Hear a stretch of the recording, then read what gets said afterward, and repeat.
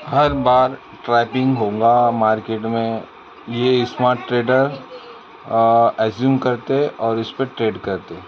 ये है गोल्ड का चार्ट। अब देखो यहाँ पर एक चीज़ समझाने की कोशिश करता है। ये ट्रेंड लाइन बन रही, ये ट्रेंड लाइन बनने के बाद यहाँ क्या हुआ, फर्स्ट एक पहली बार रेजिस्टेंस लिया, सेकंड और ये थर्ड, 3 बार रेजिस्टेंस लेने के बाद चौथे बार यहाँ पर होल्ड करके जब ब्रेकआउट करता तो एक स्ट्रॉन्ग ब्रेकआउट उसको अपन कंसीडर करते, ठीक है।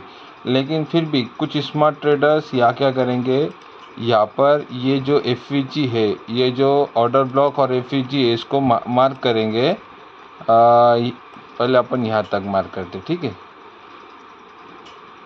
अब ये कुछ स्मार्ट ट्रेडर्स इस एफवीजी को मार्क करेंगे और यहाँ ब्रेकआउट होने के बाद यहाँ से एक सेल की एंट्री प्लानिंग करेंगे, यहाँ से सेल की एंट्री प्लानिंग करेंगे।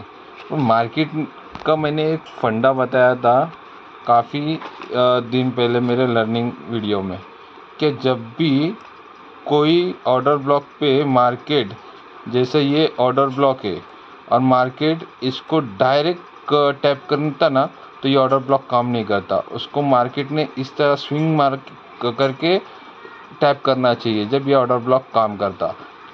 तो यहाँ पर क्या किया मार्केट ने, डायरेक्ट ऑर्डर ब्लॉक है, जो सेलिंग ऑर्डर ब्लॉक है या एफवीजी था, यहाँ से मार्केट ने डायरेक्ट उसको ब्रेक किया। अब ये क्या हो गया, ये हो गया सप्लाई टू डिमांड, क्योंकि यह सप्लाई सेलिंग जोन मार्क था, लोग सेलिंग करने के लिए बैठे लेते। स्मार्ट ट्रेडर जो रिटेल ट्रेडर होते वो लोग, यहाँ से मार्केट ने इसको टैप किया, ऊपर चले गया। और ये 1 आवर्स के इसमें अपना है कि सेलिंग जोन था, मार्केट ने इसको टैप किया और यहाँ से एक डाउन साइड के लिए एक रैली बताया, ठीक है। अब देखो यहाँ क्या करेंगे अपन, अब ये जो सप्लाई था ये डिमांड में कन्वर्ट हो गया, ठीक है। तो इसको अपन एक्सटेंड कर लेंगे यहाँ से यहाँ तक, यहाँ से इसको अपन एक्सटेंड करेंगे यहाँ तक। और जब भी मार्केट इस टैब में इस जोन में मार्केट टैप करेगा तो हम एक बाइंग के लिए अपॉर्चुनिटी ढूंढेंगे। और टारगेट क्या रहेगा इसका, जो अब क्योंकि ये हायर टाइम फ्रेम का सेलिंग जोन है, तो हो सकता मार्केट यहाँ से रिवर्स हो जाए इस साइड के लिए, और अपन यहाँ से बाइंग के लिए काउंटर ट्रेड कर रहे, तो अपना टारगेट छोटा सा रखेंगे। जैसे कि ये इसका जो 50% आता निकल के कहाँ से आ गया, हाँ ये देखो, इसका जो 50% निकल के आएगा, ये रहेगा अपना टारगेट। देखो ये 50% जो जोन है, यहाँ से अपन ने समझो एंट्री लिए, तो ये 50% जो जोन है यहाँ से, तो ये अपना टारगेट रहेगा। और यहाँ पर एक चीज़ और बताता क्या हो गया। अब देखो लोग, बहुत सारे लोग प्लानिंग करेंगे, ये सोचेंगे भी नहीं ये एंट्री के लिए, ये जो बाइंग की जो एंट्री बनेगी ना, ये बाइंग के लिए। तो ये देखो ये जो काउंटर ट्रेड है ना, जो अपन ने यहाँ से बाइंग के लिए अपॉर्चुनिटी ढूंढे, और ये 50% का इसका स्विंग का अपन ने एक टारगेट लगाए। यहाँ पर कोई भी स्मार्ट ट्रेडर भी ट्रेड नहीं कर पाएगा, सिर्फ जो भी मैंने बताया वो चीज़ को समझ गए वही ट्रेड कर पाएंगे। क्यों बताओ क्या, क्योंकि यहाँ देखो ये फेयर वैल्यू गैप था, थोड़ी देर के वास्ते मैं ये इसको हटा देता, तो ये फेयर वैल्यू गैप पे ही मार्केट ने टैप किया और ऊपर गया। तो क्यों ऐसा, फेयर वैल्यू गैप तो इधर भी था, ये ऑर्डर फ्लो, ये देखो ये पूरा ऑर्डर फ्लो था, बराबर ये ऑर्डर फ्लो था, ऑर्डर फ्लो पे भी मार्केट नहीं आया, यहाँ पर भी फेयर वैल्यू गैप था, ऑर्डर ब्लॉक था। तो मार्केट जब भी यहाँ पर आएगा तो यहाँ से भी रिएक्ट करेगा मार्केट ज़रूर।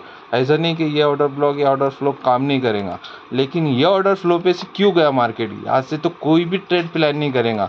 लेकिन अगर थोड़ा सा पीछे के चार्ट को स्टडी करके अपन एंट्री प्लान करेंगे तो क्या होगा, ये देखो ये सप्लाई जोन था, ये डिमांड में कन्वर्ट हो गया, क्योंकि यहाँ से बहुत सारे लोग ये जोन को सप्लाई करके सेल करने की कोशिश करेंगे यहाँ पर।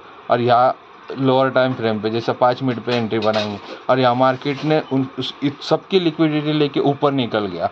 और ऊपर मेन जो सप्लाई जोन था 1 आवर्स के टाइम फ्रेम पे, हायर टाइम फ्रेम पे। वहाँ से मार्केट वापस यहाँ आया और यहाँ से टैप किया और फिर यहाँ से ऊपर गया। तो ये जो है ये सप्लाई टू डिमांड में कन्वर्ट हुआ यहाँ पर, ठीक है। और प्लस BPR बोलेंगे अपन इसको, क्योंकि यहाँ पर एक एफईजी और यहाँ का एफईजी दोनों अमलगमेंट हुआ तो ये बन गया बैलेंस प्राइस रेंज।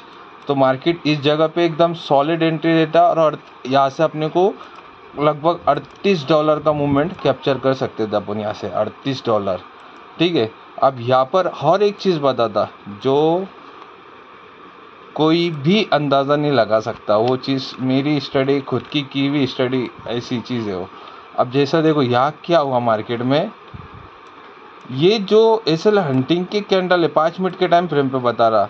अब यहाँ क्या हुआ मार्केट में गौर से देखेंगे ना, तो यहाँ पर लगभग मार्केट ने $27-28 का डाउन साइड मूवमेंट दिया और इस ऑर्डर ब्लॉक पे मार्केट टैप करके ऊपर गया। तो अपन जो टारगेट 50% का रख रहे ना, तो जब तक कि जितना $27-28 का मूवमेंट वापस अपसाइड के लिए नहीं आता, जब तक अपन उसको पोजीशन को निकालेंगे नहीं। देखो ये देखो यहाँ से $27-28 का मूवमेंट अपसाइड आ गया। ये जो पैसा पंपिंग किया था ना एसएल हंटिंग के लिए या फिर यहाँ जो सेलिंग के लिए, वो यहाँ पर निकाला गया। और कितने घंटे में निकाला गया यहाँ पर ध्यान से देखो। ये जो पैसा था 9:30 पे लगा था, देखो 9:30 पे लगा था 3 तारीख को, लेकिन ये लगा था 9:30 पे सुबह के टाइम में, और ये 9 बजे रात के ये पैसे को निकाला गया। मतलब 12 घंटे ये पैसा वर्किंग कर रहा था यहाँ पर, और यहाँ से ऊपर की तरफ निकाला गया। जैसे ये पैसा निकलेगा अपनी जो पोजीशन है वो स्क्वायर अप कर देंगे अपन, ठीक है। ये चीज़ को ध्यान